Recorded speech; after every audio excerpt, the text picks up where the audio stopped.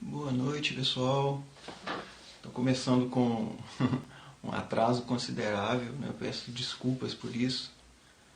Tive alguns problemas técnicos aqui, só consegui mesmo ligar as coisas para começar agora. Bem, para quem não me conhece, meu nome é Hilton Souza.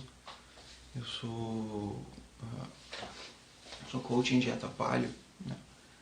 Eu sou autor de um blog chamado paleodiario.com.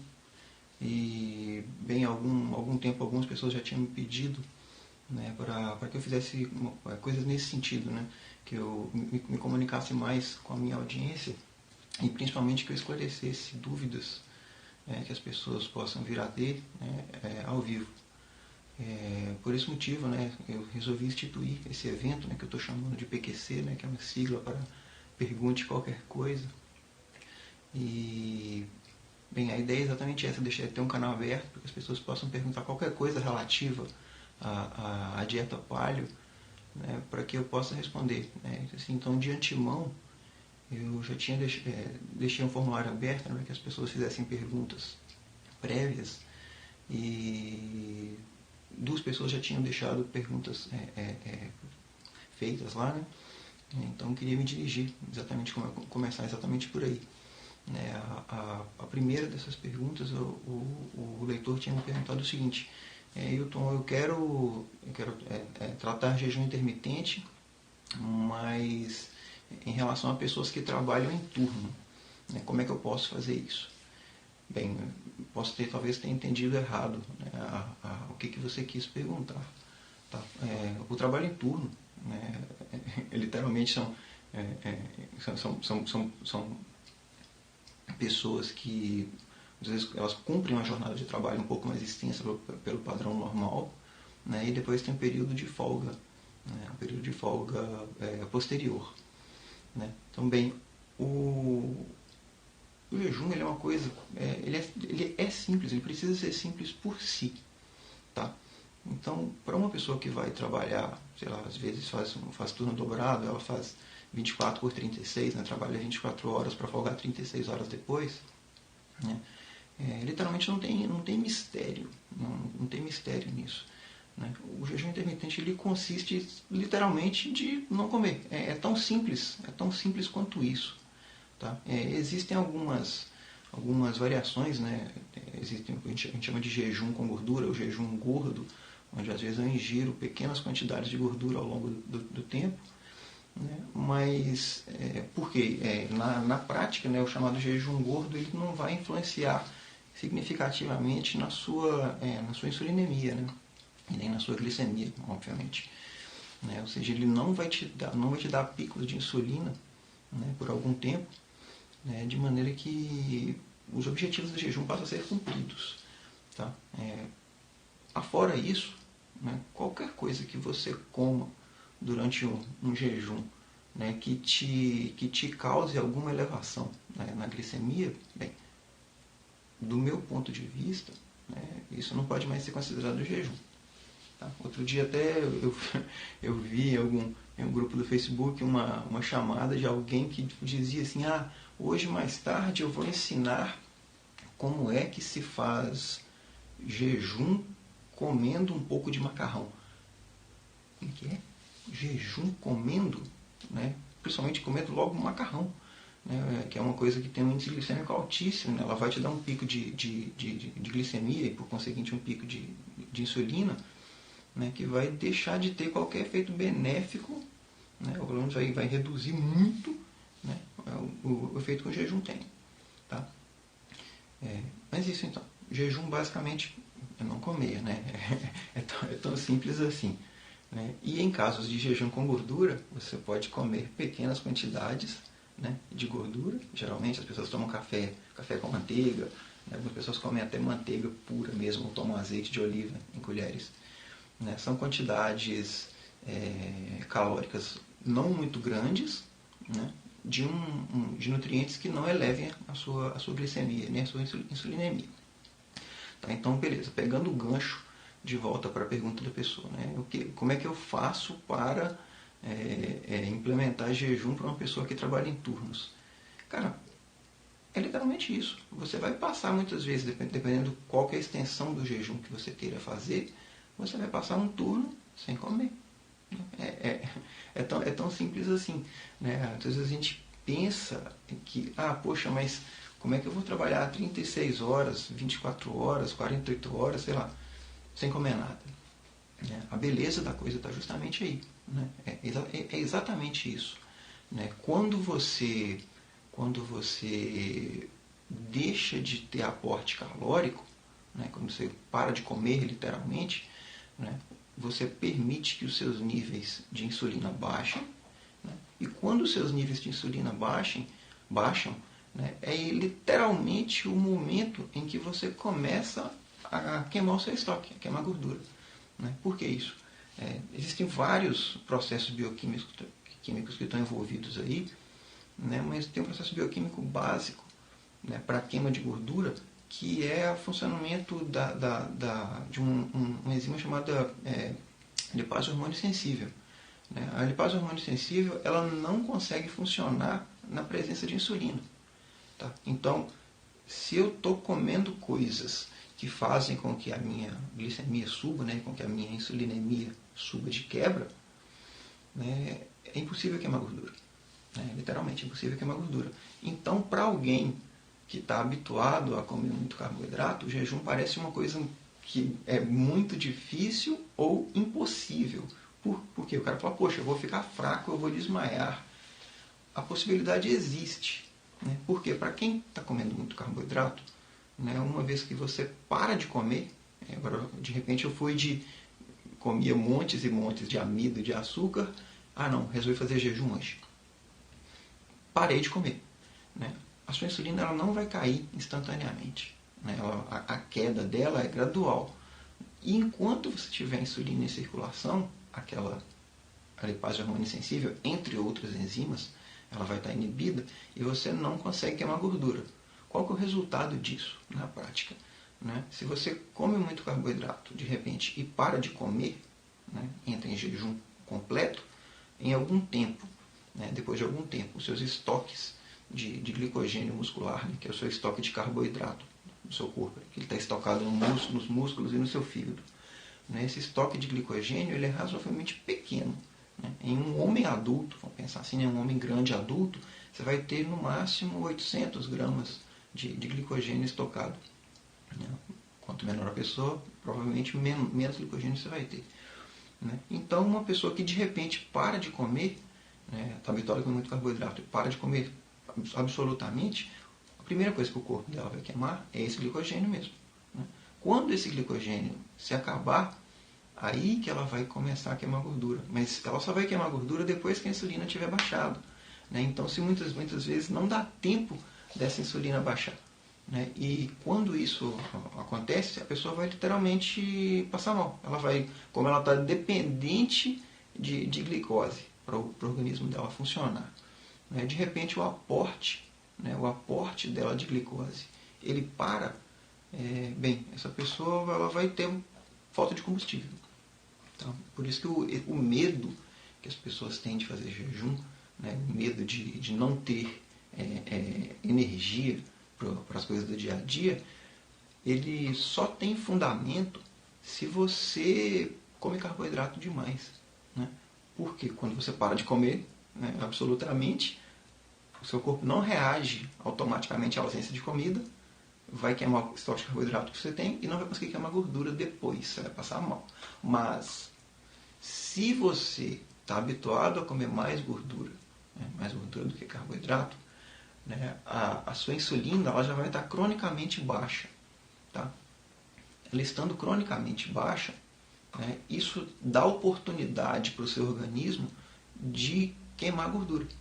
Né? Por quê? Aquela lipase hormônio sensível, entre outras enzimas, não gosto sempre de frisar, não é uma só, são várias. Só tem uma mais, que é mais significativa, mas são muitas. Né? Ela não estando inibida pela presença de insulina, ela vai ser capaz de degradar a gordura e extrair energia, né, dessa gordura. Ou seja, você vai estar literalmente queimando a gordura que você consumiu e na falta de comida, eis aí a beleza do jejum. Né? na falta de comida, ela vai queimar a gordura que você tem estocado. Né? Então, o legal de você fazer jejum, e quando eu falo legal, não é no sentido de todo mundo tem que fazer jejum. A gente não tem que fazer jejum. Né? Mas o legal disso é literalmente a ausência de fome. Né? E quando eu falo ausência de fome, não é muitas vezes não sentir fome. É uma ausência um pouco diferente. Né? Tem vezes que realmente você não tem fome. A fome não acontece. Mas tem vezes que você sabe que tem fome, mas aquela fome não te incomoda. É uma coisa, parece meio coisa de zen budismo, é sentir sem sentir. Mas é isso mesmo, né? A verdade é essa mesmo. Você sabe que a fome está lá, mas não é aquela fome que dói, que te deixa mal-humorado. Né? Porque a fome que dói e te deixa mal-humorado é a fome que a ausência de carboidratos te induz. Tá? Se você não está comendo carboidrato demais, está comendo ao contrário, mais gordura, mais proteína, quando a comida some, né, você automaticamente passa para um estado de queima de gordura estocada. E aí toda a dor, né, relacionada ao jejum, ela tende a desaparecer. Então, novamente, costurando lá o que essa pessoa me perguntou, né, como que pessoas em jejum, que trabalham em turno, podem fazer jejum? Cara, se você tem uma alimentação mais rica em carboidratos e mais pobre em gorduras, não importa qual que é o seu horário de trabalho, né? Não importa qual que é o tamanho do seu turno, você pode fazer jejum a qualquer momento. Né? Você pode parar de decidir, poxa, hoje é segunda-feira, meio-dia, eu vou almoçar hoje e depois eu vou almoçar de novo, né? Lá pela, sei lá, quarta, quinta-feira. Né? Não tenha medo, tá? Não tenha medo. Só pegando um ganchinho, uma coisa que eu falei um pouco antes, eu tenho percebido que de repente jejum virou o tópico quente. Todo mundo só fala nisso agora, né? O tempo inteiro. Eu fiquei um dia, eu não consigo ficar mais do que 16 horas, eu fiquei 3 dias. Eu conversei com um cara que já ficou até 15 dias em jejum. Impressionante, é uma coisa impressionante. Né? Mas o que é o fato? Gente, jejum não é obrigatório. Ninguém tem que fazer jejum. Ninguém tem que fazer isso. A gente faz jejum porque você precisa, às vezes, poxa, não deu tempo de almoçar hoje, vou ficar sem almoço. Né? Eu posso fazer jejum porque eu quero testar o meu limite. Tem, sei lá, 2 semanas atrás, eu fiquei 4 dias em jejum. Queria ter ficado 5. Não consegui ficar 5. Contei o caso todo lá no blog. Não tem sofrimento por isso. Ela falou, nossa, poxa vida, eu não consegui ficar 5 dias em jejum, sou um perdedor. Não é isso. Né? O jejum, ele é uma ferramenta. Tá? A nossa evolução nos preparou para isso. A gente consegue ficar sem comer por algum tempo, né? Sem morrer. É literalmente isso, sem morrer, sabe? Ficar sem comer por um período de tempo não vai te matar. Né? É um mecanismo evolutivo, né, adaptativo. A natureza nos fez assim para que a gente não morresse de fome. Né, porque certamente durante a nossa evolução teve períodos de muita escassez. Até hoje a gente vê quantas vezes você já não viu histórias aí de náufragos. O cara, sei lá, ficou perdido no mar uma semana, 15 dias, um mês. Aí o cara é encontrado, desidratado, com a pele toda rachada, mas ele está vivo. Ele não comeu nada muitas vezes. Ele está vivo. Será que você fazer isso numa situação controlada, né, é tão perigoso assim? Por quê? Pensa lá, o cara que é náufrago. O cara ficou 15 dias perdido no mar, né, sem beber água muitas vezes, e não morreu. Quando o cara é encontrado, ele está bem detonado mesmo, né, mas ele está vivo. Imagine se você, dentro do seu ambiente controlado, não vai te faltar água, por exemplo. Né? Você não precisa ficar sem beber água no jejum. O jejum é não comer, não é não beber. Né? Ao mesmo tempo, você sabe, né, que a sua genética ela te deixou pronto. Né? Te deixou pronto para isso. Que mal tem que mal pode haver, né? A menos que você tenha algum distúrbio descontrolado, né? Sei lá, o cara está com diabetes mellitus tipo 2 descontrolada e resolve, está comendo muito carboidrato ainda e resolve de repente fazer jejum. Esse cara tem chance de passar mal? Tem chance de passar mal sim. Né? Acho que para uma pessoa desse tipo, não é que o jejum não vale, ela vale muito, mas não é feito na doida. O cara, hoje eu não vou comer, não é isso. Ele não está metabolicamente saudável. Né? O mais prudente para um cara desse é fazer um período de adaptação para só então arriscar o jejum. Tá? Mas voltando no ponto que eu tinha dito antes, o jejum ele precisa ser visto, ele é como uma ferramenta, ele não é obrigatoriedade. Né? A gente faz jejum porque precisa às vezes, porque quer fazer um teste, né? Porque, sei lá, entende que isso faz parte da nossa natureza, né? São motivos válidos. Agora, eu vou fazer jejum porque todo mundo está fazendo jejum. Eu vou fazer jejum de 2 semanas porque eu quero emagrecer. Isso é loucura. Sinto muito lhe falar, mas isso é loucura. Tá? Não existe estética nenhuma que valha, né, os possíveis riscos, né, que você vai ter.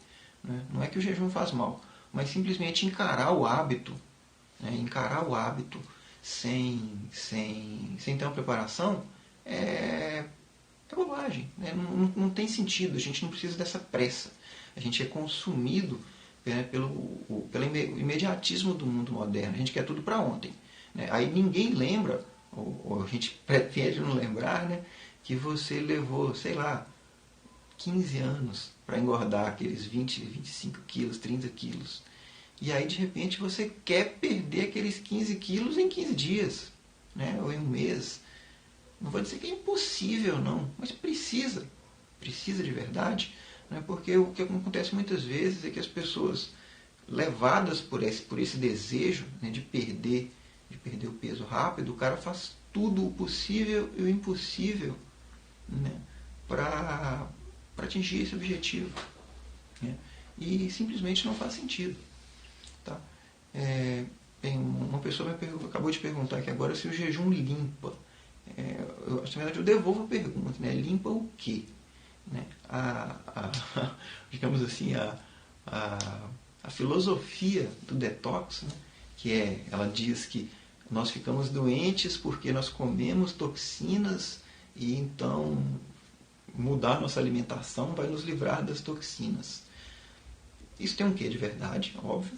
Né? Por exemplo, se eu como muito açúcar, né, ao parar de comer açúcar, eu estou melhorando a minha saúde. Né? Eu como muita soja. Ao parar de comer soja, eu estou melhorando a minha saúde. Né? Acho que o perigo disso aí é porque o detox, como ele é posto, ele tem um pé no vegetarianismo e no veganismo, né, que não condizem com o que a evidência científica revela. Tá? Então, poxa, eu vou tomar, sei lá, vou viver tomando suco verde. Um suco verde é gostoso de tomar. Eu posso tomar porque eu acho bom. Né? Um suco de couve com laranja. Esporadicamente. Né? Tomar isso todo dia, primeiro, não tem base científica nenhuma para te dizer que isso melhora a sua saúde. Né? Depois, segundo, pelo contrário. Né? Ficar tomando suco de vegetais verdes crus, né, você pode ter algum tipo de problema. Né? Não estou dizendo que vai ter, mas você pode ter. Você está tomando aí um monte de compostos vegetais, né, não tratados. Né? Então, são defesas químicas da planta. Tá? Então, assim, isso tudo tem que ser visto a essa luz. Então, primeiramente, Hilton, você acredita nas políticas, na filosofia detox de tomar suco verde, de parar de comer carne? De parar de comer carne, obviamente não. Né? Mas sobre a questão de suco verde, cara, um suco verde, como eu falei, não vai te matar. Né? Sucos verdes todos os dias podem ser um problema para você. Tá? Então, voltando à pergunta que a pessoa fez, o jejum limpa? Cara, se você está pensando em limpeza nesse sentido detox, a resposta vai ser sim. Né? Se o detox te diz para mudar o que você come para ter uma limpeza no seu organismo, não comer nada, né, que é jejum, certamente vai fazer limpeza. Né? A questão toda é, você precisa fazer essa limpeza? Né? Eu acho que assim, uma coisa é eu deixar de comer, como eu falei, né, carboidrato refinado. Né? Deixar de comer trigo não vai trazer malefício nenhum, muito antes, o contrário. Né? Mas se você for pegar, pelo menos do que eu já tenho visto, né, de pessoas que pregam, que falam sobre detox, né, você pegar detox e parar de comer carne, por exemplo, não faz o menor sentido. Né? A natureza, ela literalmente nos preparou, né, para sermos comedores de carne. Está, né? Tá na nossa genética. Que mais? Eu estou tentando me lembrar da segunda pergunta que já tinham me feito. Poxa, eu devia ter anotado isso em algum lugar.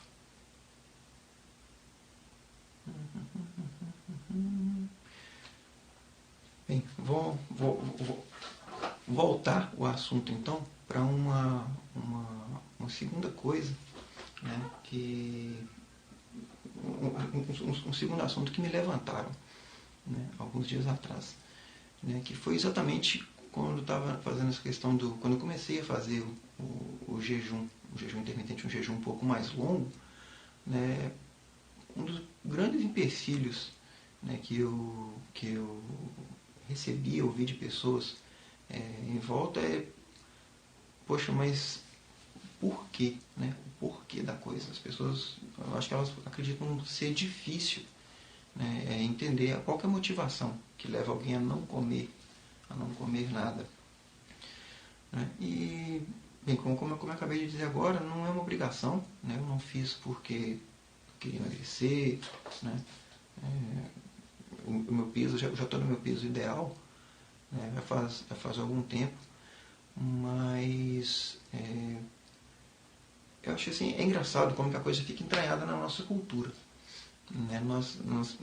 Acho que a gente nos perdemos essa visão, né, do que é você ser humano num ambiente natural. Tá? A motivação básica para você fazer esse jejum, ela não pode ser, né, você, sei lá, querer se impor algo que você não tá conseguindo encarar bem.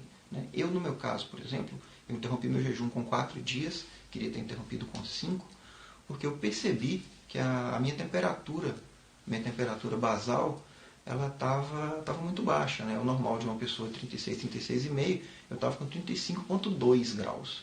Né? E aí eu confesso que nesse caso foi um pouco de ignorância da minha parte. Né? Eu falei, poxa, quando eu medi isso, eu falei, caramba, eu estou muito frio, eu estava sentindo frio. Né? E falei, bem, se eu baixar de 35 graus é perigoso eu ter uma hipotermia, por exemplo. Né? Então é melhor interromper o jejum agora, eu vou comer um pouco, né, e acabar com isso. Né? E assim eu fiz. Né? Comi, menos de 1 hora depois, minha temperatura já tinha voltado ao normal. Eu comi um monte de ovos mexidos e um pouco de carne de frango. Né? Bem, eu devia ter me preocupado em ler um pouco mais antes, né? Conversando com pessoas que já fizeram um jejum mais longo, olhando na literatura também, né? O que eu vi foi que é normal essa queda de temperatura. Tá? Então, ela é uma queda fisiológica, né? Que é o seu corpo reagindo e tentando economizar um pouco de energia. Né? Bem, segundo esse preceito, né, eu poderia literalmente ter continuado, né, aquele jejum sem maiores riscos. Ou, no pior caso, como algumas pessoas me falaram, né, poxa, você podia ter colocado umas roupas, né, se você estava com frio, e o comentário deles, né, quando eu faço jejum e fico com frio, eu ponho mais roupa. Era digamos assim, o óbvio a ser feito. Né. Eu confesso que sim, o meu psicológico pegou muito nesse caso. Né. Como eu estava em casa, eu tenho esposa e filhos, né, e eu vi a cara de preocupação que a família estava, eu já estava gelado mesmo, né, e resolvi comer. Bem,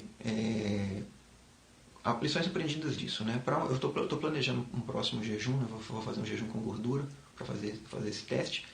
Lembre-se, é um teste, eu não estou fazendo porque eu quero provar nada para ninguém, nem porque eu quero emagrecer. Eu quero ver como é que o meu corpo reage. É curiosidade pura e simples. Tá? Mas então, se eu tivesse lido um pouco mais, conversado com um pouco mais de gente, eu acho que eu não teria tido esse medo. Tá? Então, esse é um ponto. Uma pessoa acabou de me perguntar aqui agora se eu treinei durante os meus jejuns. A minha resposta é treino intenso? Não. A minha resposta é não. Por quê? Eu não sei se vocês acompanham o blog, né? Eu até fiz uma postagem hoje falando sobre questão de saúde de tendões. Eu tenho 2 cirurgias de ombro e o meu tendão, os meus tendões, na verdade, né? Os meus 2 tendões de bíceps, tanto do ombro direito quanto do ombro esquerdo, eles estão bastante inflamados aí, deve ter mais ou menos, tem mais de 1 ano. Eu estava bem na época, né? Fui inventar de fazer escalada com a minha filha, então eu estava sequinho, né? Eu estava forte, treinando pesado. Eu acho que eu passei da conta, né? E a verdade é que, assim, no fundo eu estou com medo de ter que entrar na faca de novo, né? Esse é o meu medo interno. Mas até então tem tratado só com fisioterapia, mas o resultado não está sendo bom, né? Então eu não estou conseguindo pegar peso, né? Nem puxar ferro, nem fazer barra, nem fazer flexão, por conta desses ombros machucados, né? Durante esse meu período de jejum aí, o que eu estava fazendo era ir e voltar para o trabalho, né? Então são aí 7 quilômetros contando ida e volta, né? E eu sempre caminho a passo lento. Eu cubro a metade do caminho, né? Eu cubro 3,5 km, mais ou menos meia hora, né? Então eu estava fazendo aí 1 hora e 1h30, 1h15 de exercício por dia, né? Contando ida e volta para o trabalho. Tem um gasto calórico considerável, mas a pergunta que a pessoa me fez se eu estava treinando pesado, não estava, eu não treinei. Eu acho que eu conseguiria, né? E eu vejo isso por outros relatos de jejum. Eu não sei se quem acompanhou, né, mais ou menos 1 ano atrás, o teste que o Casarin fez, né? Para quem não conhece o Casarin, ele é coach de CrossFit, ele mora no Rio, acho que ele está passando a temporada em Londres agora, mas a base dele é o Rio. E o Casarin, ele se propôs ficar 5 dias sem comer nada, né? Ele estava treinando CrossFit pesado, né? Então hoje ele fez um jejum de 120 horas e ele treinou todos os dias, né? O único reporte dele, né? De ter sentido um pouco mais fraco foi lá pelo último dia, né? Então, tem um vídeo dele fazendo exercício terra lá no 3º dia de jejum, puxando mais de 100 quilos. Né? Assim, tudo bem, o Hugo é um cara gigantesco, ele pesa 90 e tantos quilos, é enorme, mas ainda assim, né? Ele já estava 72 horas sem comer, puxando ferro, e o relato que ele deu, o depoimento dele, né, é que isso não o prejudicou, né, no sentido de passar mal. Tá? Bem, via de regra, até antes de eu machucar o meu ombro, quando eu estava treinando ainda, o meu normal era de jejum 16/8, né, e treinando. Eu sigo o protocolo, seguia, né, agora eu tô parado por enquanto. Eu segui o protocolo do Mark Sisson, né, e, bem, com 16/8 eu me dou muito bem, né, com essa janela de jejum. Tá? É uma janela de jejum que ela é muito cômoda, a gente vê aí muitos coaches, né, muitos protocolos usam isso. Então, basicamente, a minha rotina é almoçar ao meio-dia, jantar às 8 da noite e acabou. Né? As outras 16 horas eu tô livre de alimento. Né? Bem, costuma ser bastante cômodo. Tá? Quando eu treinava nessa época aí, né, geralmente eu fazia os treinos, eu empurrava eu empurrava um pouco às vezes o meu jantar, né? E para conseguir caber esse treino dentro dessa janela. Inclusive agora isso está me recordando que já tinha outra pergunta que tinha ficado registrada lá, que era eu comentei sobre o protocolo do Mark Sisson e alguém falou, poxa, qual que é o protocolo que o Mark Sisson propõe, né? O protocolo primal de treino. Bem, é um dos protocolos que eu acho mais bacana, né, para treino, porque ele não exige grana, vamos dizer isso. Você não tem que ter academia para fazer, porque ele basicamente só pega exercício funcional. Né? O que o Mark sugere? Ele sugere que você treine treino de força 3 ou 4 vezes por semana, né, que sejam treinos intensos, né, mas intensos e curtos. Né. Então ele sugere exercícios grandes que é para você poupar tempo da sua vida. Então literalmente é barra, agachamento, burpee, né, flexão de braço. Eu ainda acrescentava algumas coisas. Eu tenho uma bolinha de areia, né, um medball. Então acrescentava exercício com medball, arremesso, tentava jogar a bola o mais longe que eu conseguia, N vezes, fazia esquema meio de crossfit, né? Então fazia um WOD, aumentando ou repetições dentro do mesmo prazo, ou então o número máximo de repetições até falhar, vamos dizer assim. Então isso, exercícios de força 3 vezes por semana, né? Exercício aeróbico leve 5 vezes por semana, e aí, o exercício aeróbico leve, a minha implementação disso, literalmente é a minha caminhada para o trabalho. Como eu falei, dá mais ou menos 3,5 km, acho que 3,8 km, dependendo de onde eu passo. Às vezes eu mudo um pouco a minha rota. E você manter o passo lento, que o Sisson sugere que você mantenha o seu batimento cardíaco abaixo de 65, 55, não me lembro bem no momento, acho que abaixo, no máximo 55% da sua frequência cardíaca máxima. Então é literalmente andar devagar ou pedalar devagar. Tá? O terceiro tripé, né, do protocolo dele é exercício de explosão, né, o famoso sprint. Conheço bastante gente que faz sprint de corrida mesmo. Né, o cara faz 5, 6 tiros de 100 metros, com pouco descanso entre eles. Né. A minha escolha foi fazer sprints na escada do meu prédio. Tá? Então o meu prédio tem 5 andares, né, na verdade são 4 andares e mais tem mais um lance que vai até a cobertura, então completam-se 5 andares. O que eu faço, né, é subir 5 andares de escada, né, correndo. Eu subo correndo e desço andando, no meu passo normal. Isso aí me toma aproximadamente 6, 7 minutos. Né? Quando eu desço a escada um pouco mais devagar, esse tempo sobe para 10 minutos. Mas eu faço isso uma vez por semana. Tá? Bem, foi fazendo esse treino simples, né? Flexão de braço, barra, fazia algumas remadas também. Eu tenho aqueles treinador suspenso, né, que eu improvisei com corda aqui em casa. Então, barra, flexão, remada, agachamento, burpee, bolinha de areia, 3 vezes por semana, caminhada, 5 vezes por semana, sprint, 1 vez por semana. Né? Com isso aí foi que eu mudei a minha composição corporal. Né? Quem acompanha o blog lá já viu as minhas fotos e vê o corpo que eu tinha, né, e o corpo que eu passei a ter. A transformação é incrível. Né? Mas, ao mesmo tempo, a gente sabe, né, que para quem não está treinando nada, que era o meu caso quando eu comecei a mudar o meu estilo de vida, né, quando você muda a sua alimentação e coloca um padrão de exercício, mais simples que seja, a maioria das pessoas vai ter um ganho imenso no início. Né? Porque literalmente você passou de nada, né, o inglês fala de couch potato, o inútil de sofá, né, a batata de sofá, você passou de nada para uma alimentação melhor e um exercício focado. Então você tem ganho muito rápido. Né? É muito difícil você ver uma pessoa que fez isso focado durante 3, 4, 5 meses e que não teve resultado nenhum. É muito raro. Então é uma sugestão que eu faço. Né? Se você está chegando agora para adotar esse estilo de vida, né, tente começar pelas coisas simples.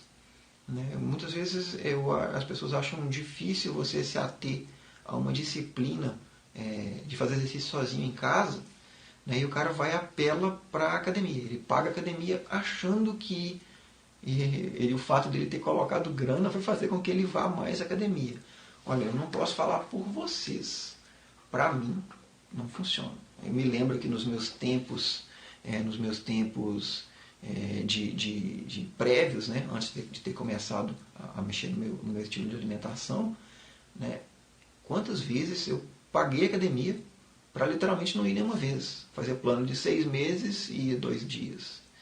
Isso é bastante normal, é bastante comum. Então, assim, se você tem o foco, beleza. Né, você não vai perder nada em ir para a academia.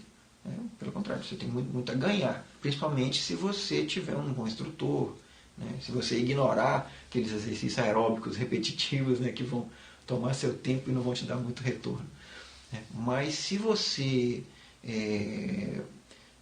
não tem esse pique para academia, né, se você não tem essa gana, cara, tenta economizar um pouco de dinheiro e de tempo e começa a se exercitar em casa. Tá? Não é difícil quando você tem apoio. E hoje em dia a gente tem apoio de muitos lugares, tem muitos programas online, muitos de graça, inclusive. Né? Eu já vi alguns que eu acho bacana, que eles chamam de desafios. Então os caras falam, poxa, como é que você consegue sair de 0 para 100 flexões de braço, né, em X tempo? Tá? Bem,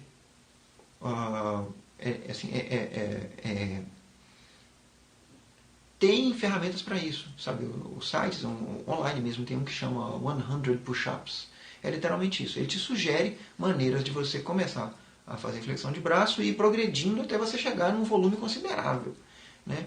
E funciona, tá? Principalmente se você se foca numa coisa dessa e tem um grupo de apoio, né? A coisa anda, né? E muitas vezes a gente tem vergonha de si mesmo, porque quando você começa a treinar, quando você está saindo do 0 principalmente, né, como foi o meu caso, você está literalmente muito, muito fora de forma.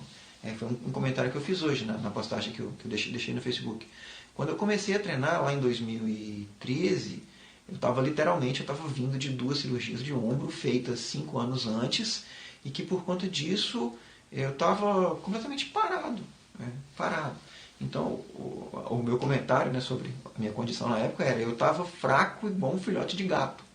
É a verdade, pura e simples. Eu me lembro que no dia que eu decidi começar a treinar, eu consegui fazer uma flexão de braço. Foi literalmente, eu fiquei na posição de flexão de braço e só desci.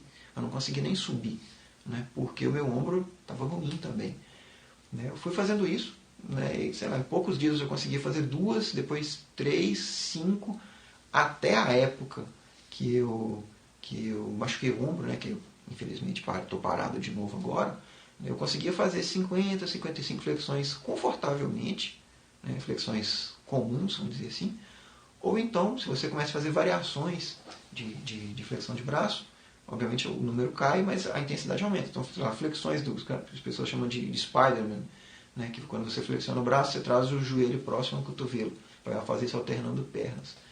Né? Então, se você opta por fazer exercício em casa, a primeira coisa, não tenha vergonha de si. Tá? Não tenha vergonha de si.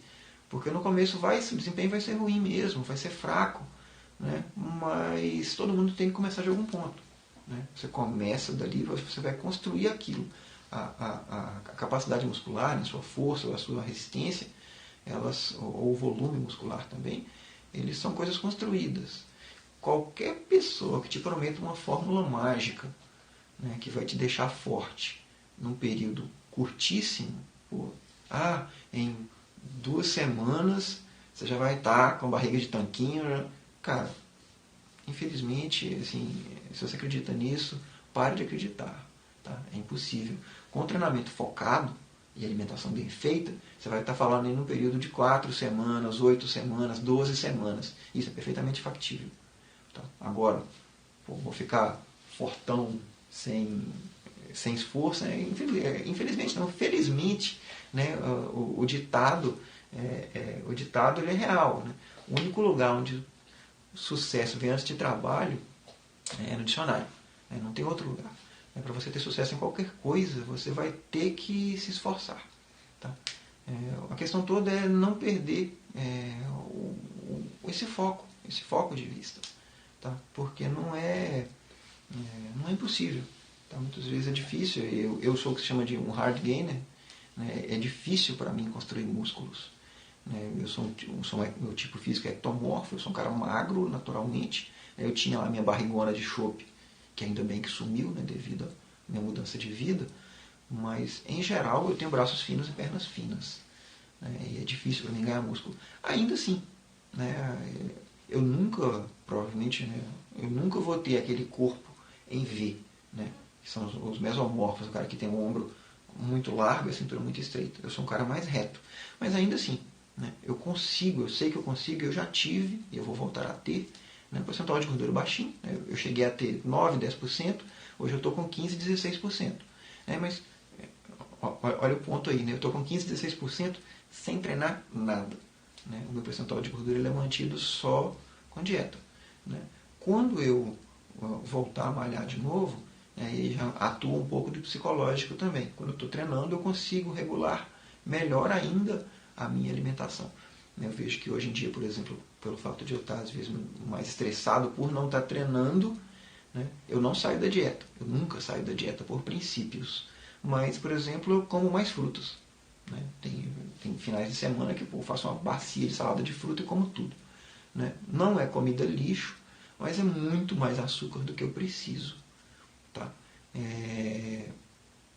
Está me fazendo bem no sentido de ganho de gordura? Não, com certeza não. É açúcar demais. Né? Açúcar demais. Ao mesmo tempo, né, eu percebo que o meu peso ele flutua, né, quando eu dou umas exageradas dessa, né, e ele acaba caindo de novo ao longo da semana. Tá? Então, é a dica que fica. Né? Não exagerem nas frutas, mas também não precisa deixar de comer fruta.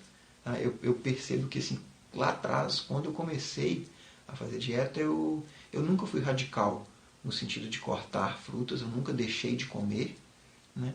Mas ao mesmo tempo, muitas vezes eu deixei de comer frutas que eu gosto em detrimento de outras. Então, sei lá, por exemplo, eu sei que uma banana madura grande tem aí seus 22, 25 gramas de açúcar. Durante bastante tempo, né, no meu início de dieta, eu deixei de comer banana. Né? Eu preferia frutas menos doces. Com o tempo eu fui desencanando. Né?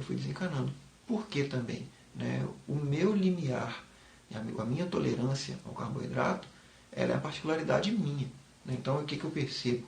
Hilton, né, eu tolero carboidrato muito melhor do que amigos meus. Né? Eu sou aquele cara que eu poderia comer um pouco mais de açúcar sem detrimento expressivo à minha saúde. Eu não como, como eu falei antes, né, por princípios. Né? Mas eu não como por princípios, mas ao mesmo tempo também eu não fico me privando. Né? Uma pessoa acabou de me perguntar agora se eu fazia dia do lixo. A minha resposta é sim e não. Tá? Por quê?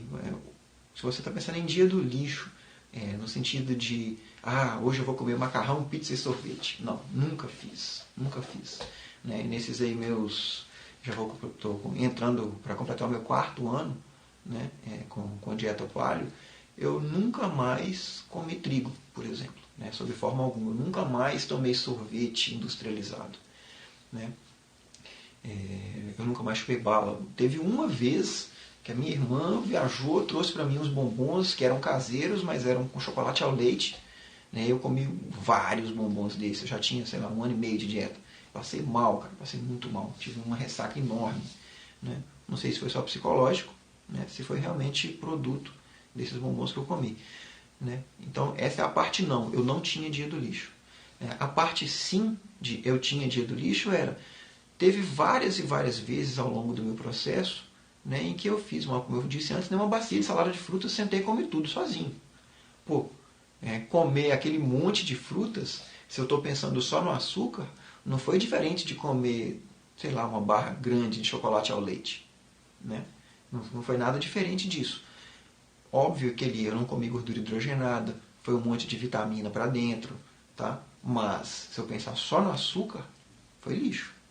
Sei lá, uma bacia de salada de fruta dessa tem fácil 200 gramas de açúcar. Eu sentei e comi tudo.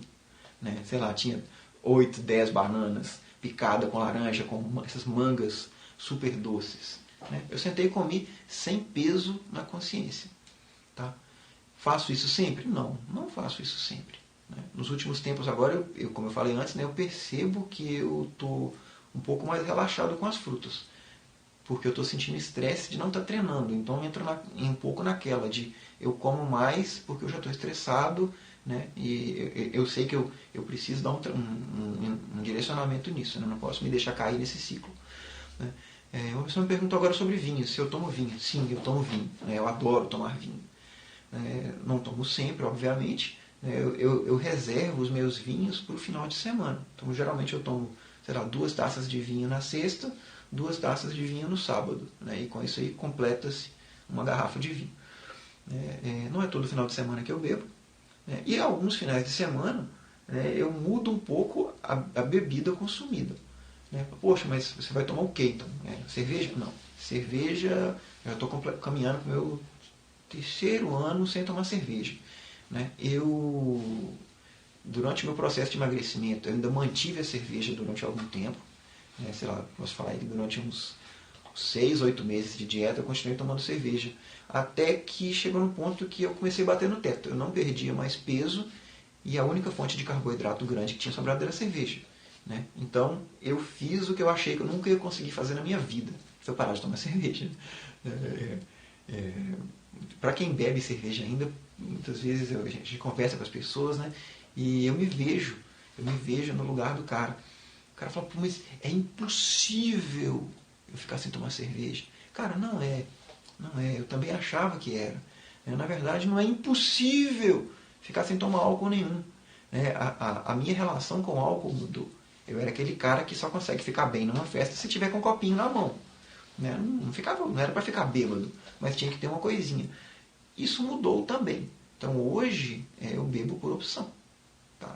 Eu consigo ficar muito bem numa festa sem estar com um copo na mão. Tá? Isso foi uma coisa bacana de descobrir. Né? Bem, voltando à cerveja. Quando eu cortei a cerveja, eu voltei a perder peso. Né? Eu voltei a perder peso e fiquei aí mais ou menos 1 ano sem tomar cerveja nenhuma. Até que um amigo meu chegou dos Estados Unidos e falou, cara, eu vou na sua casa aí pra gente conversar, tô com saudade de você. Aí o cara veio e me trouxe uma cerveja especial, linda, uma quadruple da Vals, e falou, vamos tomar essa cerveja. Eu falei, cara, tem 1 ano que eu não bebo cerveja. Não, toma só essa aqui, meia taça, só pra comemorar comigo. Pô. Tomei meia taça. E aquela meia taça de cerveja, meia hora depois, me fez ir parar, né, no banheiro, infelizmente. Né? Eu tive um episódio nada agradável. E depois disso, abri mão da cerveja. Tá? E isso já faz aí 2 anos, quase 3.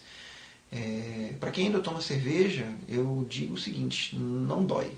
Tá? Parar não dói. Né? Pegando o gancho de antes, por exemplo, no final de semana passado, eu optei por não tomar vinho e decidi tomar uma vodka. Bem, como é que eu costumo tomar vodka?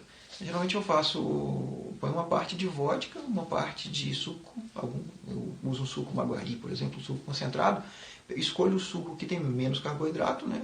Eu sei que tem ali dentro, por ser concentrado, tem bastante carbo, mas ainda assim, como eu não vou tomar 5 litros do negócio, né, eu opto por fazer isso. Então eu preparei, geralmente para ficar uma bebida que eu gosto, né, uma parte de vodka, uma parte de suco de maracujá concentrado, completo, com 2 ou 3 partes de água com gás, né, e adoço com adoçante. Né, isso me dá uma bebida com mais ou menos 10, 12%, ou seja, equivale a um vinho. Né? Então, sei lá, eu tomo 1 dose disso, 2 doses disso, e eu estou feliz, e para mim já deu. Tá? Então esse é o meu procedimento para que eles dizem que eu quero tomar uma bebida, uma bebida que não seja vinho. Tá? O meu procedimento para festas, sei lá, eu tenho uma festa da minha turma, o pessoal que formou comigo na faculdade, a gente se encontra todo ano. Eu sempre fui bebedor de cerveja. Né? Depois mudei para o vinho, e aí finalmente, numa festa dessa, começou a ficar impraticável ficar tomando vinho. Né? Bem, primeiro por causa de preço. Poxa, são festas que duram 24 horas às vezes. Então, sei lá, vou tomar 3, 4, 5 garrafas de vinho ao longo do dia, é caro. Né? E além disso, eu percebi que estava tendo muita ressaca. Né? Então, eu fiz a mudança. Eu adotei o que eu chamo de o chá que a vovó não bebe. Né? Que é uma bebida que ela é feita de basicamente alguma bebida destilada. Geralmente eu uso vodka, que tem um gosto mais neutro. Vodka e algum chá. Né? Então eu faço, por exemplo, vodka com chamate. Né? E adoço com adoçante, põe limão.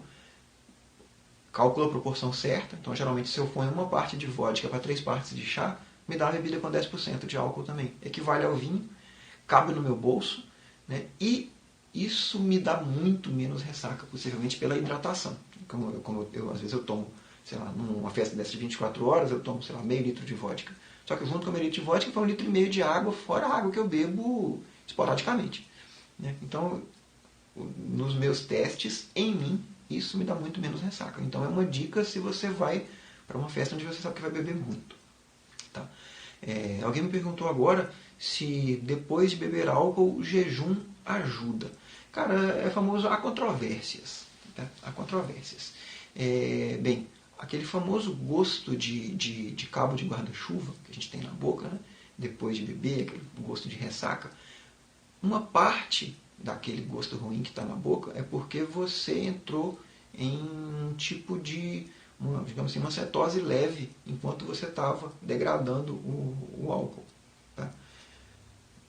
Então, bem, o metabolismo de álcool, né, à medida que você passa, que o seu fígado transforma o álcool em aldeído, né, aldeído acético, né, para que ele consiga ser excretado mais para frente, né, o aldeído acético ele é um composto tóxico, é um dos motivos pelos quais a gente tem ressaca. Tá? Bem, tem pessoas que ao beber muito, né, e ter aquela rebordose, né, no dia seguinte, elas naturalmente não têm fome. Tá? E aí, não ter fome é um indício claro de que você não deve comer. É simples assim. Quem não tem fome, não coma. Tá? Isso se aplica basicamente a qualquer estado não psicológico, digamos assim. Tá? Então, por exemplo, você não comer, né, sabendo que você não tem algum distúrbio alimentar, né, você não está com fome, mas não tem anorexia, por exemplo, se você tem esse autoconhecimento, não vai te causar problema algum. Tá? Vindo da bebedeira ou não. Se eu não tenho fome, eu não como. Tá? É claro que se você é uma pessoa que já tem um quadro de distúrbio alimentar, né, você tem que ficar sempre atento com isso, porque você pode não saber se a sua ausência de fome é porque você realmente não está com fome, né, ou se é o seu distúrbio em ação. Tá? Mas só para não desviar muito a conversa. O jejum após a bebedeira ajuda? Pode ajudar ou não. Né? Eu, no meu caso, geralmente quando eu tenho ressaca, eu sinto fome depois. Tá? Mas eu sei que isso não acontece com todo mundo. Tem gente que quando está de ressaca fica com o estômago embrulhando. Tem gente que quando está de ressaca não sente nada. Não é nem estômago ruim e nem fome. Né? Para todas essas pessoas, cara, se não está te apetecendo comer, né, não coma. Não coma. Eu estava até achando... me lembrei que agora, né, de um... Eu estou escrevendo um livro sobre dieta cetogênica. E eu me lembro de ter visto alguns trechos, né, em que, remontando a medicina antiga, né, no caso do Hipócrates, literalmente, o Hipócrates ele falava sobre a questão do jejum ser um remédio para diversas doenças. Né, e eu peguei o gancho disso dentro do mundo animal. Né, quantas vezes você que tem um cachorro, que tem um gato em casa, quando o seu animal está doente e ele para de comer. Né, quando o animal para de comer, a gente não obriga o animal a comer. Não vai ter nada no mundo que faça o animal comer. A gente, sei lá, às vezes você leva ao veterinário, trata, dá um remédio, mas em geral você deixa o bicho quietinho. Né? E em dado momento ele vai voltar a comer. Tá? A mesma coisa se passa conosco. Né? Você estar sem fome é um sinal de que o seu corpo não está querendo comida naquele momento. Então a gente tem é quase que uma mania. Assim, fulano está doente? Não, cara, você tem que comer. Você tem que para ficar forte. Não, mas eu não estou com fome. Não, mas tem que comer para ficar forte. Cara, se o seu corpo não está pedindo comida, né, e aí, novamente, se ele não está pedindo comida e você não tem um quadro de distúrbio alimentar, não come, cara. Não come. É tão simples assim. Tem uma série de benefícios do jejum que estão sendo descobertos agora que dizem respeito exatamente a isso. Não sei se vocês chegaram a ver as notícias, né? O Nobel de Medicina desse ano, né? foi um pesquisador japonês, ele está falando sobre autofagia celular, entre outras coisas, né? Mas é basicamente a capacidade do que o corpo tem de se livrar de tecido celular morto, de se reconstruir, né? E essa é uma característica que na pesquisa dele ele mostrou isso também, ela está ligada ao não aporte calórico, né, ao jejum. Então, você ficar em jejum ajuda o seu corpo a trabalhar uma série de coisas. O seu sistema imune, renovar as células do sistema imune, por exemplo. Então, será que essa fome, né, ou essa ausência de fome durante uma doença, né, será que ela não é fisiológica? Né? Perceba que, né, não estou falando de casos extremos, sei lá, o paciente ele está anoréxico não por motivos psicológicos, mas está anoréxico por motivos infecciosos. Né? O cara está com alguma infecção bacteriana ou viral e isso está suprimindo o apetite do cara. Né? O jejum faz sentido nesse caso? Provavelmente não. Né? Não vou afirmar também, não, mas provavelmente não. Né? Ou então, sei lá, pessoas que estão em algum quadro terminal, né? Seja por câncer, seja por AIDS. Né? Às vezes o cara precisa de aporte calórico, mas não está com fome. Perceba que é um quadro diferente. Tá? É um quadro bem diferente. Então, assim, todas essas nuances têm que ser medidas. Tá? Elas precisam ser medidas mesmo. Então, uma outra pessoa me fez uma pergunta aqui agora a respeito daquela bebida que eu tinha falado antes, né? O que eu chamei de o chá que a vovó não bebe.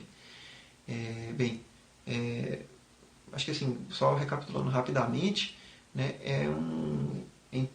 do ponto de vista do álcool, né, ela vai ter mais ou menos entre 10% e 12%. Né? Se você mistura aí uma parte de bebida destilada, e aí as categorias são mais ou menos próximas. Né? Você tem a cachaça, a tequila, o whisky, a vodka, o rum e o gin. Né? Todos eles têm mais ou menos a mesma graduação alcoólica. 40% a 44%, esses caras variam. Né? Se você misturar uma parte disso com com 3 partes de água ou de chá, no caso, a bebida alcoólica resultante vai ter mais ou menos 10, 12% de álcool. Então, assim, é uma opção saborosa, refrescante. Né? Se você faz, por exemplo, o chá mate com vodka, né, e limão, com bastante gelo para tomar naquele dia quente. Né? É saboroso, vai muitas vezes suprir a sua vontade, o seu desejo, né, de ter uma bebida alcoólica à mão e não vai ser absurdamente caro. Tá? Então, é uma opção bacana. Bem, uma outra pessoa me perguntou agora a respeito desse meu livro sobre dieta cetogênica. Né? Ele está em processo de escrita ainda, é um livro em parceria, estou fazendo com uma outra pessoa. Né? Basicamente o que a gente vai fazer é destrinchar, né, a bioquímica por trás, né, das chamadas dietas cetogênicas, né? Sugerir maneiras de se implementar, né, e colocar um bocado de receitas que caibam dentro de uma dieta cetogênica. A gente não tem muita ainda previsão. Né? Na verdade, eu estou enrolado com diversos projetos, né, mas eu estou enxergando aí que num horizonte de 2, 3 meses, talvez 4 meses, a gente consegue soltar esse livro. Tá? Eu vi que chegou uma outra pergunta pelo formulário que eu deixei no site agora, né, a respeito do livro novo que eu publiquei, deve ter mais ou menos 1 mês e meio, foi pouco antes do aniversário do blog, né, que eu chamei de o manual para a jornada. Né? Então as pessoas só querendo entender como é que esse livro funciona. Na verdade, não é um livro só. Né? São 4 livros. Né? Eu juntei aí a revista Dieta Paleo, né, que eu tinha escrito quando eu estava no segundo período de faculdade. Né? Foi na minha época mais empolgado, então eu fiz uma revisão científica monstruosa. Tem lá 150 referências e destrinchando o que é a Dieta Paleo e por que ela funciona. Né? Então, já tinha lançado essa revista há mais tempo e agora eu agreguei ela ao manual. Então, tem a revista, tem o livro do William Bentin. Né? Para quem não conhece, William Bentin foi um senhor que viveu aí no século XIX. Ele escreveu o primeiro livro de dietas da história, que por coincidência ou não, né, era um livro sobre dietas low carb. Tá? Então, eu traduzi o livro dele, agreguei no meu manual também. Agreguei o meu livro de receitas. Né? São as receitas que eu uso em casa. Quem me acompanha no Instagram vê lá que eu tenho minha hashtag Cozinhando para Quinzena. né? Então geralmente eu cozinho um bando de carne de uma vez e vou fazendo saladas aos poucos, né? Então no livro lá eu destrincho várias das receitas que eu faço. Eu acrescentei também, né, a palestra, a última palestra que eu fiz foi no finalzinho de 2015, mais ou menos, né? São 2 horas e meia de palestra, né? Juntei também um diagrama que eu acho que é a menina dos meus olhos, né? Esse meu diagrama foi desenvolvido por mim mesmo ao longo do tempo, né? E hoje em dia eu já sei ele de cor, né? Então sempre para os meus alunos de coaching, né, eu gosto de sugerir que as pessoas estudem isso. Ele literalmente ele parte de um ponto que é: eu quero comer alguma coisa, eu devo comer ou não? E vai te fazendo perguntas simples, né? Esse alimento está empanado? Sim ou não? É uma carne? Sim ou não? Se não for uma carne, é derivado de leite? Sim ou não? Você vai respondendo sim ou não até você chegar num ponto que vai te falar come ou não come. E é literalmente simples assim, né? Então agreguei esse manual também, né, agreguei esse diagrama no meu manual, né? Agreguei também a tabela periódica de alimentos paleo, né? Quem frequenta o paleo diário já conhece a tabela, ela é a mão na roda para você fazer compras, né? Então ela agrupa aí os alimentos de acordo com o teor de açúcar de cada um deles, né? E como bônus eu agreguei também um trechinho do livro da Didi Dadio, né? O Apaixonados por Bacon e Chocolate, né? Quem não conhece a Didi, conheça a Didi. A Didi é uma cozinheira de mão cheia, né? Os livros dela são sensacionais. Então é isso. Esse pacote, né, são literalmente 7 produtos, né? Esse pacote ele compõe o meu manual. Tá? Para quem está querendo entender como é que se começa numa jornada com dieta paleo, né? É só acessar manual.paleodiario.com, ele está lá para venda. Tá? Bem, o que mais? Uma pessoa me perguntou agora sobre suplemento de magnésio. Tá? Cara, suplementação em geral, né, assim, eu sou um cara meio... qual que é a palavra? Eu sou meio bronco nisso. Né? Não no sentido de não entender e não no sentido de não acreditar que a suplementação funcione. Eu entendo que ela funciona, tá? Eu entendo que para muita gente ela é extremamente útil, né? Só que eu costumo questionar é a necessidade. Tá? Isso se aplica a tudo. Tanto para a suplementação de micronutrientes, né, magnésio, ferro, o que quer que seja, quanto para a suplementação de macronutrientes. Vai tomar whey, vai tomar BCAA. Né? Qual que é a real necessidade? A real necessidade disso. Você está fazendo isso por quê? Né?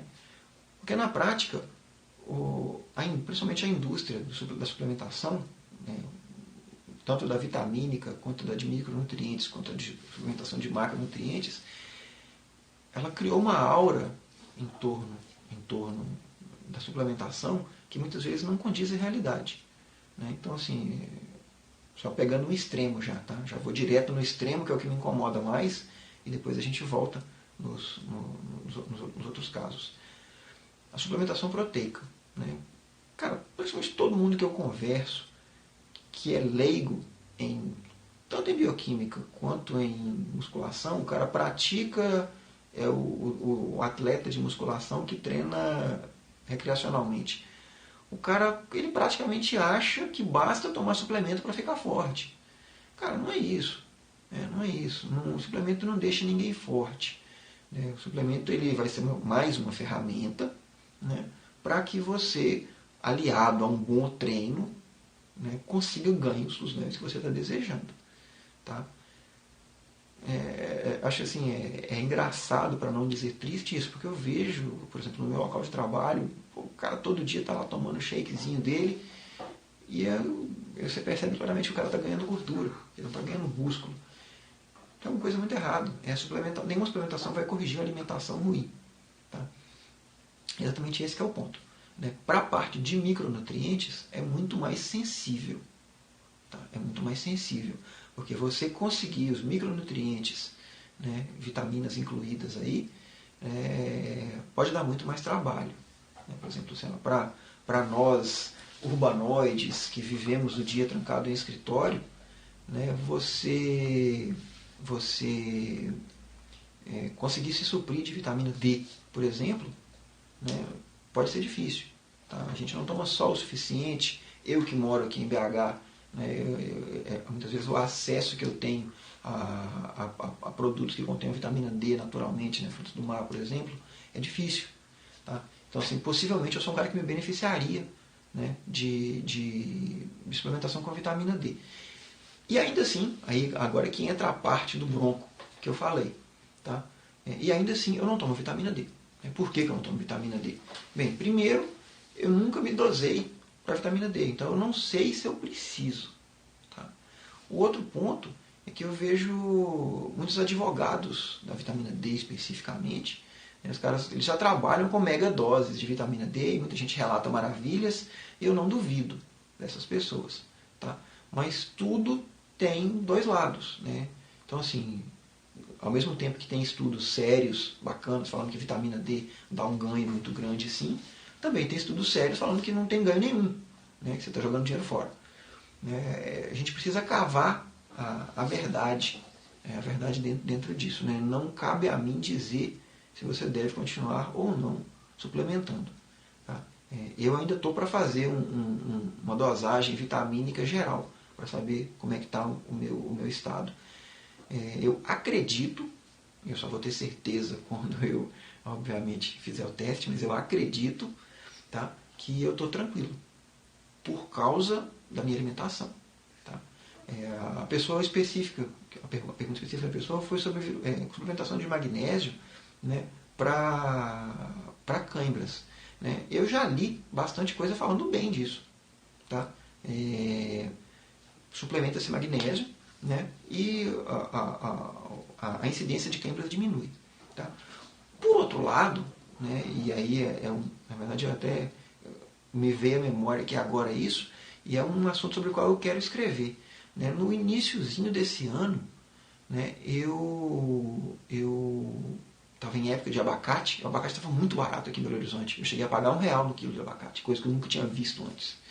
Então teve uma semana, 2 semanas na verdade, que eu comprei uma quantidade enorme de abacate. Eu devo ter comprado, sei lá, 15 quilos de abacate. E deixei aqui na minha casa. E a minha sobremesa não só sobremesa, né? Teve guacamole, teve salada de abacate, teve um monte de coisa. Mas principalmente as minhas sobremesas. Eu adoro comer abacate amassado com coco ralado e amendoim. Né? Virou abacate. Então eu estava comendo um abacate grande por dia. Tá? E, bem, a gente sabe, o abacate ele tem bastante potássio, né? E tem bastante magnésio também, e tem bastante fibra também. Bem, e aí que entra o ponto agora. Né? Não sei se foi coisa da minha cabeça, mas eu acredito que não. Eu comecei a ter muita cãibra. Muita cãibra. Falei, pô, e essa coisa ficou na minha cabeça e depois eu acabei me envolvendo com outros assuntos e esqueci de pesquisar sobre isso. Né? É o lado oposto. Né? O excesso de potássio e o excesso de magnésio, se eles podem induzir estados de cãibra também. Tá? Eu não pesquisei nada sobre isso. Só posso falar da minha experiência pessoal. Tá? Tanto que, quando os abacates acabaram, as minhas cãibras magicamente sumiram. Mas era engraçado, entre aspas, quantas vezes eu acordei à noite, cara, com cãibra na panturrilha, cãibra na coxa. Estava tendo cãibra até no abdominal, que é uma coisa muito estranha. E mais estranha ainda, cãibra no maxilar. Essa musculatura que travava. Às vezes eu ia bocejar, tinha uma cãibra horrenda na mandíbula. Coincidência ou não, né, isso aconteceu junto com o meu consumo aumentado de abacate. É óbvio que, do ponto de vista científico, isso não tem peso nenhum. Isso foi um estudo observacional, eu observei isso em mim. Né? Então, estudo observacional feito com uma pessoa, o valor para generalização é 0. Tá? É 0. Mas em mim houve essa correlação. Então isso me deixa desconfiado. Tá? Então não estou falando para ninguém parar de comer abacate. Hoje mesmo, se você for visse aqui a minha cozinha, tem 2 abacates lá esperando amadurecer e eu vou comer os 2 sem medo nenhum. Tá? O que eu quero fazer, um próximo teste, é na próxima temporada de abacate. Quando tiver barato de novo, eu vou comprar um monte de abacate de novo, eu vou comer um monte de abacate de novo e quero ver se acontece cãibra de novo. Aí eu vou ter certeza que em mim, e somente em mim, esse efeito existe. Tá? Em paralelo, eu vou pesquisar na literatura efeitos do excesso de potássio e magnésio. Né? Será que o excesso induz cãibra também? Se eu achar um estudo controlado que me mostre isso, vai fortalecer a minha desconfiança. Tá? Aliás, já pegando o gancho nisso, né, é uma coisa que eu nunca vou cansar de frisar. Tá? Enquanto estudante de nutrição, né, dentro de sala de aula, é uma coisa que eu fiz sempre questão de bater na tecla. Você ter noção do que é nível de evidência científica. O Dr. Souto já falou disso até babar. Toda vez que eu vou em alguma entrevista ao vivo, algum podcast, o que quer que seja, eu falo disso até babar de novo, vou falar disso até babar aqui outra vez. Tá? Tenha em mente a hierarquia da evidência científica. Né? Uma coisa que acontece só com você, né, ela tem valor para você, mas você não pode generalizar. Uma coisa que foi observada, as pessoas comeram abacate e tiveram cãibra. Você não pode ter certeza que foi pelo abacate. Pode ter sido 1 milhão de outras coisas. Isso aí te dá uma hipótese, nunca vai te dar uma certeza. Né? Assim como o exemplo clássico. Quando faz mais calor na Austrália, as pessoas tomam mais sorvete e as pessoas entram mais no mar. Logo, tem mais ataque de tubarão. Se você olhar os dados de longe, vai parecer que quando as pessoas comem mais sorvete, tem mais ataque de tubarão. Se você olhar só para o dado, faz sentido. Quando você olha de perto, não faz o menor sentido. Tá? Então, o estudo observacional tem valor? Tem. O valor dele é alto? Há controvérsias. Depende de quantas pessoas foi feito, depende do que você tinha de variável de controle, né? O que você tinha de variável de confusão. O que vale de verdade é estudo prospectivo, randomizado, controlado. Você faz uma intervenção em um grupo populacional e mede o desfecho. Tá? São coisas que são mensuráveis. Vamos ver então. A gente vai dar sorvete para as pessoas e ver se o número de ataques de tubarão aumenta. Não aumentou, não? Cara, a hipótese está morta. Tá? Ou então, vamos dar abacate para as pessoas no café, no almoço e no jantar e ver se o índice de câimbras aumenta. Se aumentar, cara, bateu. Beleza? Então, só para amarrar isso. O que você testa no seu corpo e funciona ou não, tem muito valor. Né? O resto de estudos que você lê ou que você ouve falar, tenha muito cuidado ao interpretar. Porque o papel da mídia é da notícia. O papel da mídia não é analisar artigo. Então, sempre que você vir, acho que quem está me assistindo agora já sabe disso. Né? Quando a gente vê uma notícia sensacionalista falando carne causa câncer, fujam para as montanhas. Quando você vai desencavar o artigo que originou a notícia, geralmente é baboseira. Geralmente é baboseira. Tá? Por quê? O próprio estudo não era estudo controlado, era estudo observacional. Muitas vezes o estudo não diz o que a manchete diz. Tá? Ele não diz o que a manchete diz. Mas o que vem de jornal e o que vem de revista é sensacionalismo. Tá? Então assim, as pessoas adoram dar uma notícia bombástica, né? e não se explicam. É isso que confunde a cabeça das pessoas. Todo mundo com quem eu falo sobre dieta paleo, o cara vira e fala: poxa, mas a semana passada o ovo fazia mal, no mês passado não fazia, no ano retrasado fazia, o ovo faz mal e não faz mal, muda toda semana. Né? Enquanto você prestar atenção na mídia, você vai ter essa impressão mesmo. Né? Quando você começar a pegar artigos de qualidade e ler, né, aí você vai ver que a coisa não é bem assim, que a mídia está sendo simplesmente sensacionalista. Né? A questão toda é, nem todo mundo tem tempo, nem todo mundo tem paciência e nem todo mundo tem background para ler um artigo e entender o que aquele artigo está falando. Né? E é exatamente por isso que nós, né, que os blogueiros, os coaches da cena paleo no Brasil, a gente tem essa meio que obrigação, sabe, de fazer essa curadoria, essa triagem para as pessoas. É para você não deixar, né, ou pelo menos tentar diminuir o tanto de informação errada que vaza, porque sempre vaza. Né? Não adianta eu falar, né, carne não faz mal por isso, por aquilo, gordura não faz mal por isso, por aquilo. Eu falo isso com a minha família todo dia, praticamente tem 4 anos. E mesmo assim, toda vez que sai uma reportagem sensacionalista no Fantástico falando que carne faz mal, meus parentes me ligam, gente me manda e-mail falando, olha, você viu que carne faz mal, sim? Aí eu tenho que falar, não, cara, não é assim. Aí eu vou lá, leio o artigo, traduzo de maneira que a pessoa consiga entender e posto. Né? O Dr. Souto é mestre em fazer isso também. É uma briga inglória, a verdade é essa. Né? A gente está sempre brigando contra um inimigo que é muito maior. Né? Enquanto a gente atinge um público, sei lá, de 20 mil pessoas, né? Quantas pessoas que o Fantástico atinge? Né? 80 milhões de pessoas, uma paulada só. Né? Mas ainda assim, a gente acredita que, apesar de ser uma briga difícil, né, ela vai compensar no longo prazo.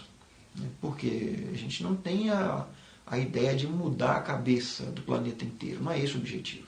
Né? O nosso objetivo é dar a chamada escolha consciente. É isso. Sabe? O importante não é você falar, não, tem que proibir o açúcar. O açúcar tem que ser colocado fora da lei. Não é isso. Sabe? Essa não é a ideia. A gente não quer uma ditadura, né, te falando o que você come e o que você não come. O que a gente quer é que as pessoas saibam que ao comer aquele açúcar, qual é o risco que ela está se colocando. Né? Ou aquele excesso de açúcar. Para que ela tome a decisão consciente. Tá? E a decisão consciente é isso. Eu vou comer sabendo que isso me faz mal. Da mesma maneira que eu bebo um pouco de álcool, sabendo que mesmo aquele um pouco de álcool pode me fazer mal. Tá? Então eu não acho que o álcool é água. Não é isso. Né? Conheço, por exemplo, pessoas, né, que o cara fuma cigarro, né? O cara sabe que o cigarro faz mal, né, mas ele optou por continuar fumando. Beleza. Minhas mãos estão limpas. Conheço, por outro lado, o cara gosta de fumar maconha. O cara fuma baseado várias vezes por dia, todo dia, e ele acha que aquilo não faz mal. Cara, você está tapando sol com a peneira. Sabe? Se você fuma recreacionalmente, o que quer que seja, eu não tenho nada com a sua vida. Né? Agora, você falar para mim que o volume de maconha que você fuma não vai te fazer mal no longo prazo, você está sendo ingênuo. Tá? Você está sendo ingênuo. Tem alcatrão, tem ali dentro, tem resíduo tóxico, as coisas estão acontecendo.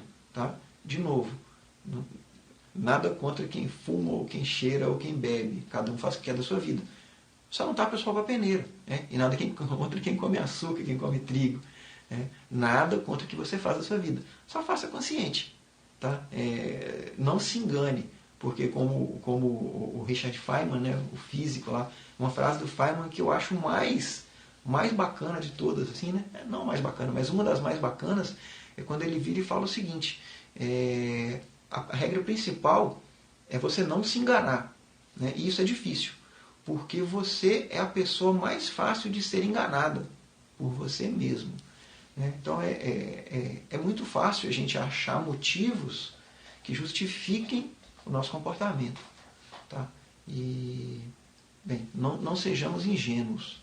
Tá? Não sejamos ingênuos. Né? As coisas, tudo que a gente faz na vida tem um preço. Tá? Algumas pessoas são sortudas e o preço para elas não chega. Né? Conheço gente que fumou a vida inteira e não teve câncer. Né? O cara morreu, uma morte natural, né? Não teve câncer. Isso quer dizer que cigarro não faz mal? Não, não quer dizer isso. Quer dizer que o cara deu muita sorte. Né?